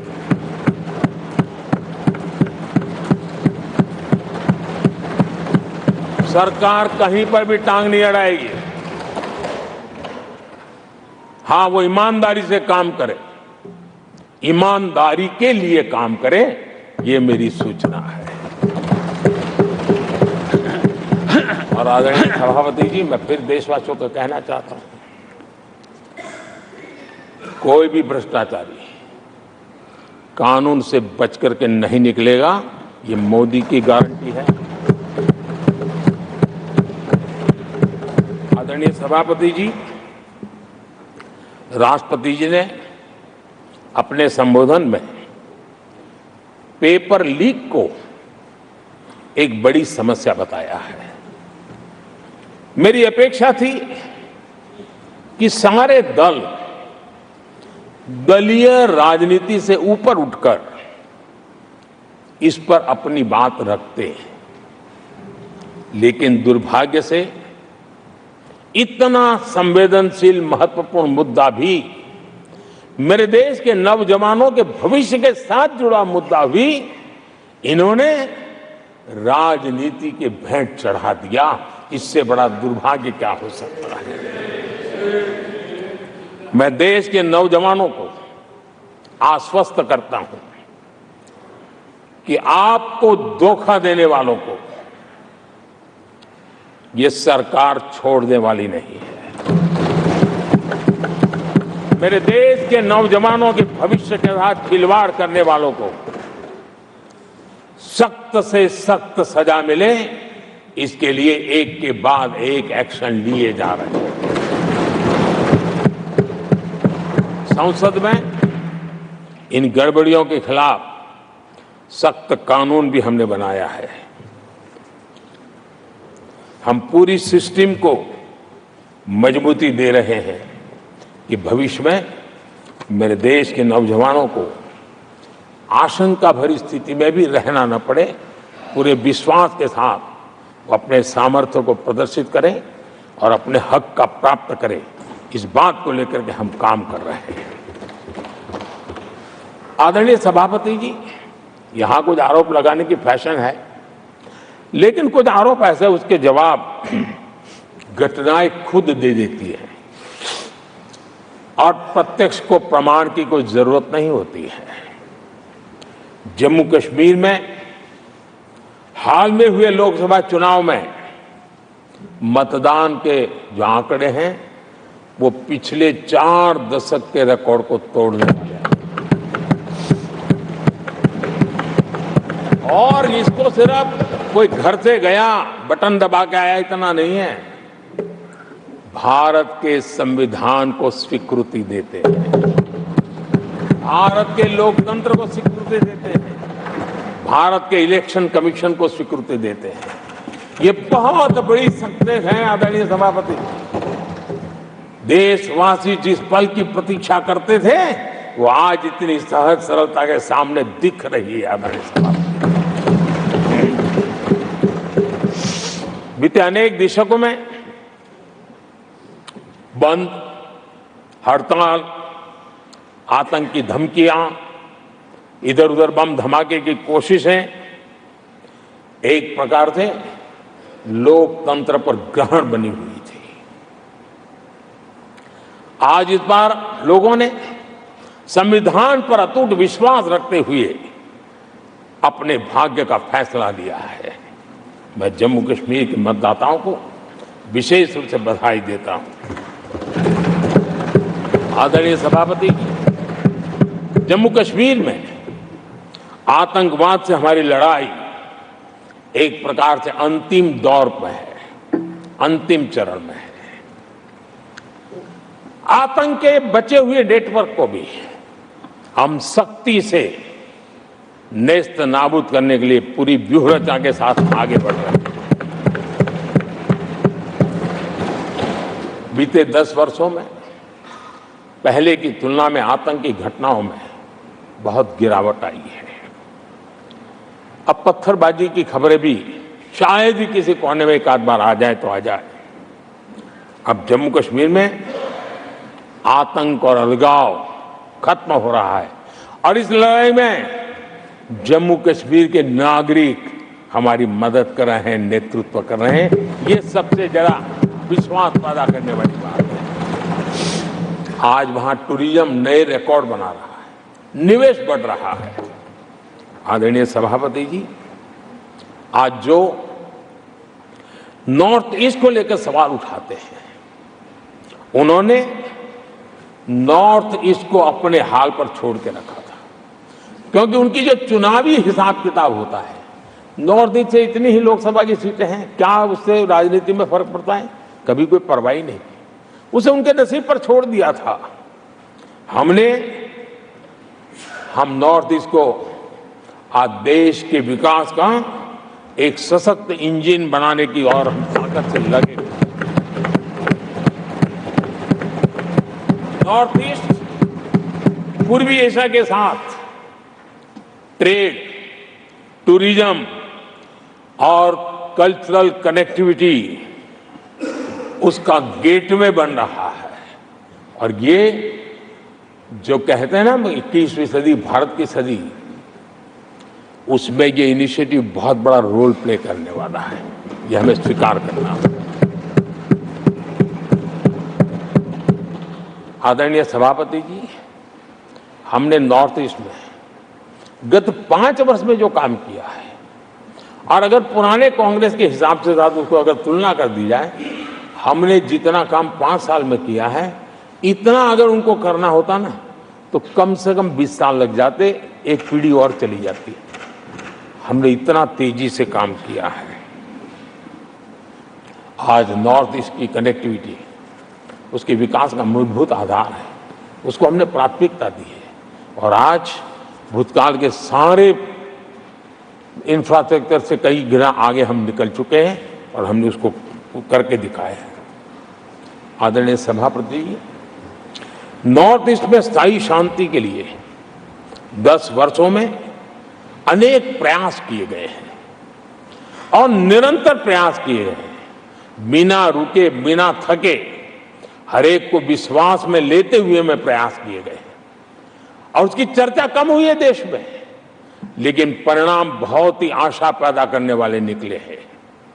राज्यों के बीच सीमा विवाद संघर्षों को जन्म देता रहा है और आजादी से अब तक ये निरंतर चलता रहा है। हमने राज्यों को साथ बिठा करके सहमति के साथ जितने सीमा विवाद खत्म कर सकते हैं एक के बाद एक अकॉर्ड करते करते जा रहे हैं। रिकॉर्डेड है, सहमति की रिकॉर्ड है और उसके लिए जो सीमाओं में किसी को उधर जाना है, किसी को यहां आना है, कहीं रेखा यहां बनानी, कहीं रेखा वहां, वो सारे काम कर चुके हैं। आदरणीय सभापति जी, ये नॉर्थ ईस्ट की बहुत बड़ी सेवा है। हिंसा से जुड़े संगठन, जो हथियारबंद गिरोह थे, जो वहां लड़ाई लड़ते रहते थे, अंडरग्राउंड रह के लड़ाई लड़ते थे, हर व्यवस्था को चुनौती देते थे, हर काउंटर ग्रुप को चुनौती देते थे, खून खराबा होता रहता था, आज उनको साथ लेकर के स्थायी समझौते हो रहे हैं, शस्त्र सरेंडर हो रहे हैं। जो गंभीर गुनाहों के अंदर हैं वो जेल जाने के लिए तैयार हो रहे हैं, अदालत को फेस करने के लिए तैयार हो रहे हैं। न्याय तंत्र के प्रति भरोसा बढ़ना, संविधान के प्रति भरोसा बढ़ना, भारत के लोकतंत्र के प्रति भरोसा बढ़ना, भारत के गवर्नमेंट की रचना पे भरोसा करना, ये इसमें से अनुभव होता है और आज हो रहा है। आदरणीय सभापति जी, मणिपुर के संबंध में मैंने पिछले सत्र में विस्तार से बात कही थी, लेकिन आज मैं फिर से एक बार दोहराना चाहता हूं। मणिपुर की स्थिति सामान्य करने के लिए सरकार निरंतर प्रयासरत है। वहां जो कुछ भी घटनाएं घटी, 11,000 से ज्यादा एफआईआर की गई है। मणिपुर छोटा सा राज्य है, 11,000 एफआईआर की गई है, 500 से ज्यादा लोग अरेस्ट हुए हैं। आदरणीय सभापति जी, इस बात को भी हमें स्वीकार करना होगा कि मणिपुर में लगातार हिंसा की घटनाएं कम होती जा रही है। इसका मतलब शांति का आशा रखना, शांति पे भरोसा करना संभव हो रहा है। आज मणिपुर के अधिकांश हिस्सों में आम दिनों की तरह स्कूल चल रहे हैं, कॉलेज चल रहे हैं, दफ्तर और दूसरे संस्थान खुले रहे हैं। आदरणीय सभापति जी, मणिपुर में भी जैसे देश के अन्य भागों में परीक्षाएं हुई, वहां भी परीक्षाएं हुई हैं और बच्चों का अपनी विकास यात्रा जारी रखी है। आदरणीय सभापति, केंद्र और राज्य सरकार सभी से बातचीत करके शांति के लिए, सौहार्द रास्ता खोलने के लिए लगातार प्रयास कर रही है। छोटे छोटे इकाइयों को जोड़ करके इन ताने बाने को गूंथना एक बहुत बड़ा काम है और शांतिपूर्ण तरीके से हो रहा है। बीते समय में पहले की सरकारों में ऐसा नहीं हुआ है। गृह मंत्री स्वयं कई दिनों तक वहां रहे हैं, गृह राज्य मंत्री हफ्तों तक वहां रहे और बार बार वहां जाकर के संबंधित लोगों को जोड़ने का प्रयास करते रहे हैं। आदरणीय सभापति जी, पॉलिटिकल लीडरशिप तो है ही, लेकिन सरकार के सभी वरिष्ठ अधिकारी जिसका जिसका इन काम से संबंध है, वे लगातार वहां फिजिकल जाते हैं, लगातार वहां संपर्क में रहते हैं और समस्या के समाधान के लिए हर प्रकार से प्रयासों को बल दिया जा रहा है। आदरणीय सभापति जी, इस समय मणिपुर में बाढ़ का भी संकट चल रहा है और केंद्र सरकार राज्य सरकार के साथ मिलकर के पूरा सहयोग कर रही है। आज ही एनडीआरएफ की 2 टीमें वहां पहुंची है, यानी कि प्राकृतिक मुसीबत में भी केंद्र और राज्य मिलकर के मणिपुर की चिंता कर रहे हैं। आदरणीय सभापति जी, हम सभी को राजनीति से ऊपर उठ करके वहां की स्थिति को सामान्य बनाने में सहयोग करना चाहिए, ये हम सबका कर्तव्य है। आदरणीय सभापति जी, जो भी तत्व मणिपुर की आग में घी डालने की कोशिश कर रहे हैं, मैं उनसे आगाह करता हूं कि ये हरकतें बंद करें। एक समय आएगा मणिपुर ही उनको रिजेक्ट करने वाला है, ऐसे लोगों को। आदरणीय सभापति जी,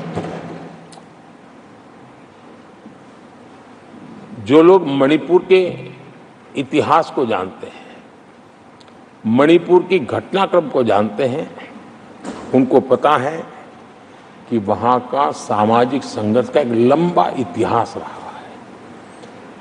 उस संघर्ष की मानसिकता की जड़ें बहुत गहरी हैं, इसको कोई नकार नहीं सकता है। और कांग्रेस के लोग ये न भूले कि मणिपुर में इन्हीं कारणों से 10 बार राष्ट्रपति शासन लगाना पड़ा है। इतने छोटे से राज्य में 10 बार प्रेसिडेंशियल रूल लगाना पड़ा है, राष्ट्रपति शासन लगाना पड़ा है। कुछ तो मुसीबतें होगी और ये हमारे कार्यक्रम में नहीं हुआ है,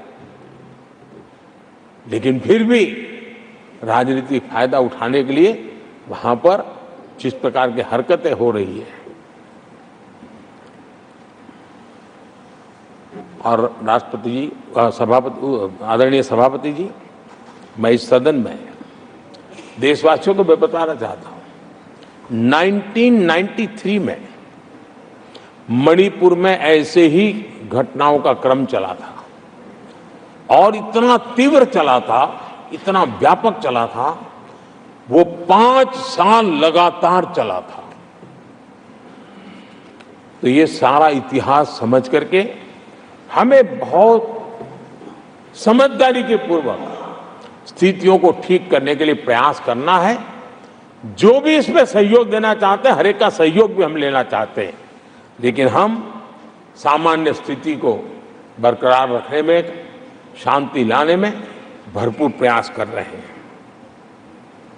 आदरणीय सभापति जी, ये मेरा सौभाग्य रहा है कि मैं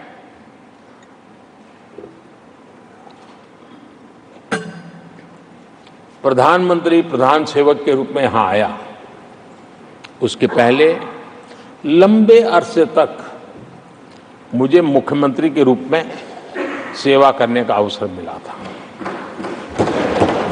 और इसके कारण मैं अनुभव से सीखा हूं कि फेडरलिज्म का महात्म्य क्या होता है, और उसी में से कोऑपरेटिव फेडरलिज्म और उसी में से कॉम्पिटिटिव कोऑपरेटिव फेडरलिज्म, इन विचारों को मैं बल देता आया हूं। और इसीलिए जब G20 समिट हुई तो हम दिल्ली में कर सकते थे, हम दिल्ली में बहुत बड़ा तामझाम के साथ मोदी की वाहवाही कर सकते थे, लेकिन हमने ऐसा नहीं किया। हमने हर देश के हर राज्य के अंदर अलग अलग कोने में G20 के महत्वपूर्ण कार्यक्रम किए। उस राज्य को ज्यादा से ज्यादा वैश्विक प्रतिष्ठा मिले, इसके लिए प्रयास किया गया। उस राज्य का ब्रांडिंग हो, विश्व उस राज्य को जाने पहचाने, उसके सामर्थ्य को जाने और उसकी विकास यात्रा के लिए खुद भी अपना नसीब आजमाए। इस दिशा में हमने काम किया है, क्योंकि हम जानते हैं कि फेडरलिज्म के और रूप होते हैं। आदरणीय सभापति जी, जब कोविड के खिलाफ हम लड़ाई लड़ते थे, जितनी बार मुख्यमंत्रियों के साथ संवाद हुआ है, शायद हिंदुस्तान की आजादी के इतिहास में इतने कम समय में इतनी बार नहीं हुआ है, हमने किया।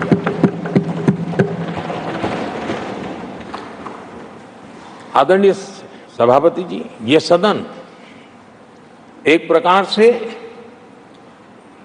राज्यों से जुड़ा हुआ सदन है, और इसलिए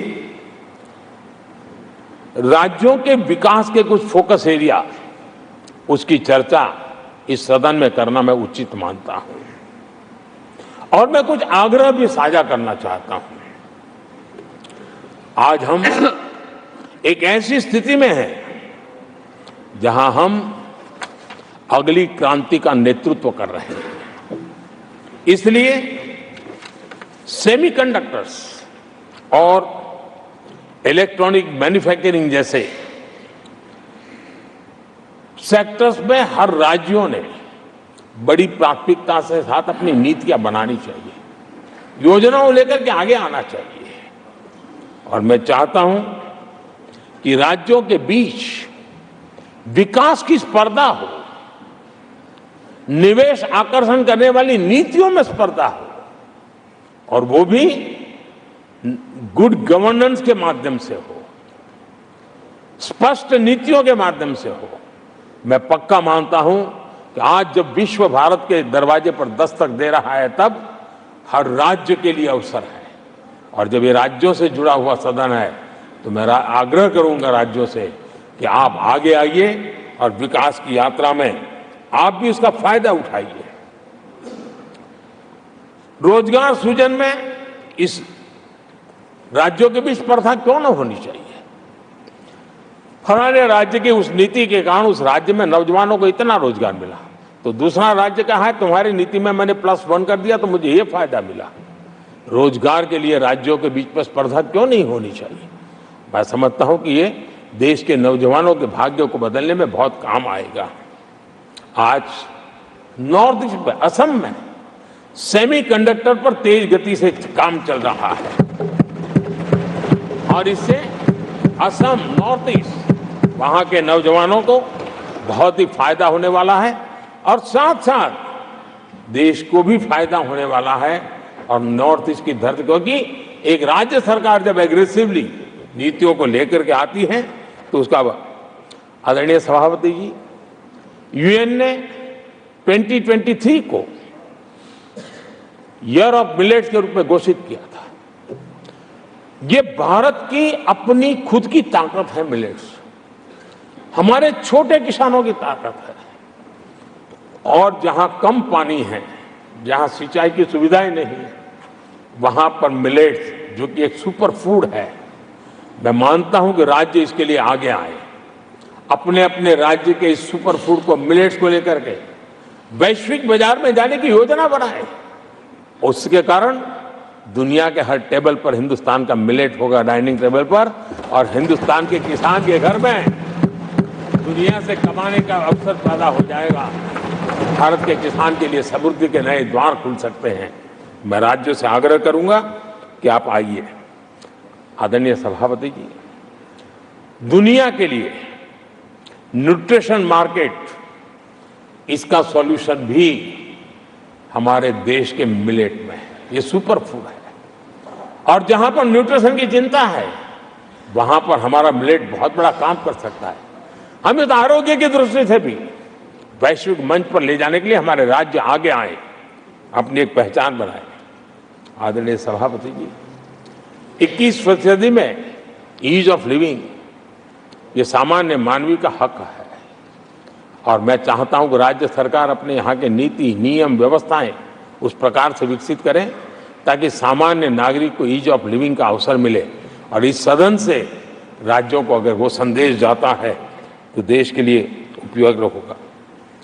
आदरणीय सभापति जी, भ्रष्टाचार के खिलाफ जो हमारी लड़ाई है, उसको हमें कई स्तरों पर नीचे ले जाना पड़ेगा। और इसलिए चाहे पंचायत हो, नगरपालिका हो, महानगर पालिका हो, तहसील पंचायतें हो, जिला परिषद हो, ये सारी इकाइयों में एक ही मिशन के साथ भ्रष्टाचार से मुक्ति का राज्य अगर बीड़ा उठाएंगे तो हम बहुत तेजी से देश के सामान्य मानवी को जो भ्रष्टाचार से जूझना पड़ता है, उससे मुक्ति दिला सकते हैं। आदरणीय सभापति जी, समय की मांग है कि हमारे यहाँ एफिशिएंसी अब होती है चलती है का जमाना चला गया है। 21वीं सदी में भारत को, अगर भारत की सदी के रूप में अपने आप को प्रस्तावित करना है, तो हमारे गवर्नेंस के मॉडल में, हमारे डिलीवरी के मॉडल में, हमारे निर्णय प्रक्रिया के मॉडल में एफिशिएंसी बहुत अनिवार्य है। मैं आशा करता हूं कि सर्विस की स्पीड बढ़ाने में, निर्णयों की स्पीड बढ़ाने में एफिशिएंसी की दिशा में काम होगा। और जब इस प्रकार से काम होते हैं तो ट्रांसपेरेंसी भी आती है, इफ्स एंड बट्स भी नहीं रहते हैं, और सामान्य मानवीय के हकों की रक्षा भी होती है, और ईज ऑफ लिविंग, इसका एहसास हर नागरिक कर सकता है।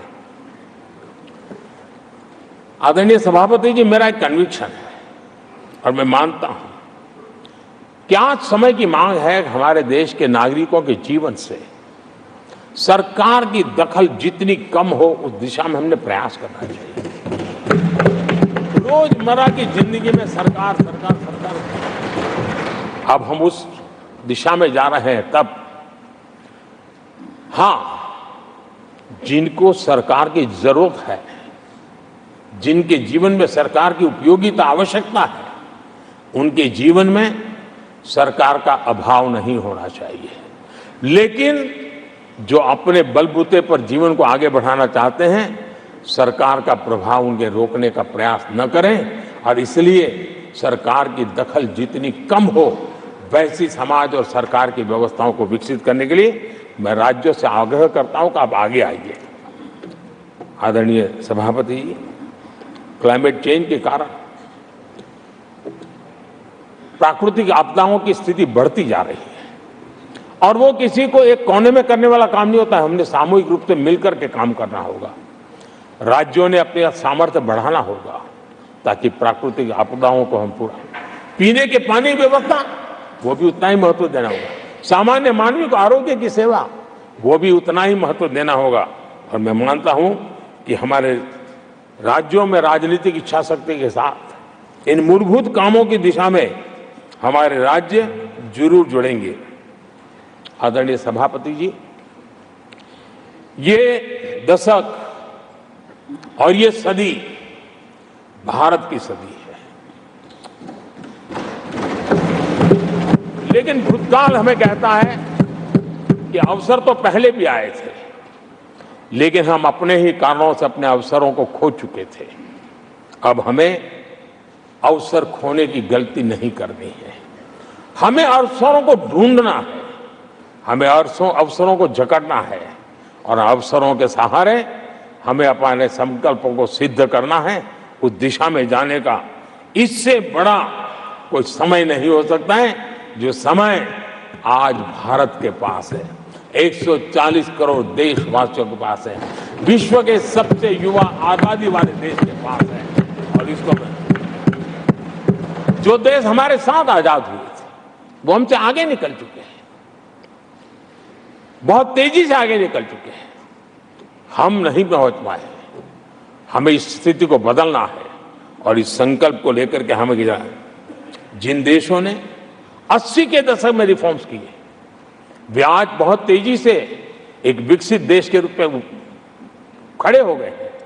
हमें रिफॉर्म्स को बुरा मानने की जरूरत नहीं है, रिफॉर्म से कतराने की जरूरत नहीं है, और रिफॉर्म करते हैं तो खुद की सत्ता चली जाएगी ऐसे भयभीत रहने की जरूरत नहीं है। सत्ता को हथियार रखने की कोई आवश्यकता नहीं है। जितनी भागीदारी बढ़ेगी, जितने निर्णय की शक्ति सामान्य मानवीय के हाथ जाएगी, मैं समझता हूं हम भी, भले हम शायद लेट हुए हो, लेकिन हम उस आकांक्षाओं को पूर्ण करने में उस गति को प्राप्त कर सकते हैं, और हम अपने संकल्पों की सिद्धि कर सकते हैं।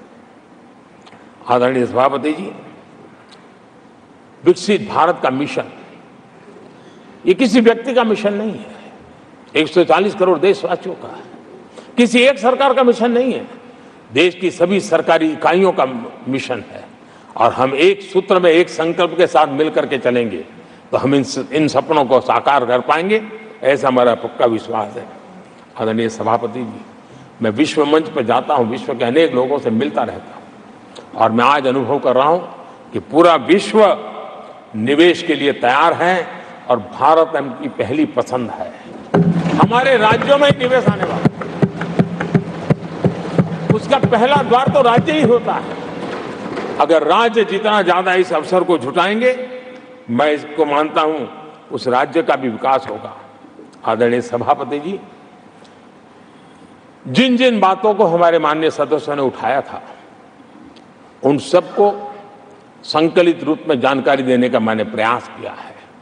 और आदरणीय राष्ट्रपति महोदय ने जो अभिभाषण दिया, जो हमारे लिए दिशा निर्देश दिए हैं और देश के सामान्य मानवी के अंदर जो उन्होंने विश्वास पैदा किया है, इसके लिए मेरी तरफ से भी और इस सदन की तरफ से भी मैं राष्ट्रपति जी का हृदय से बहुत बहुत आभार व्यक्त करते हुए मेरी वाणी को विराम देता हूं। बहुत बहुत धन्यवाद।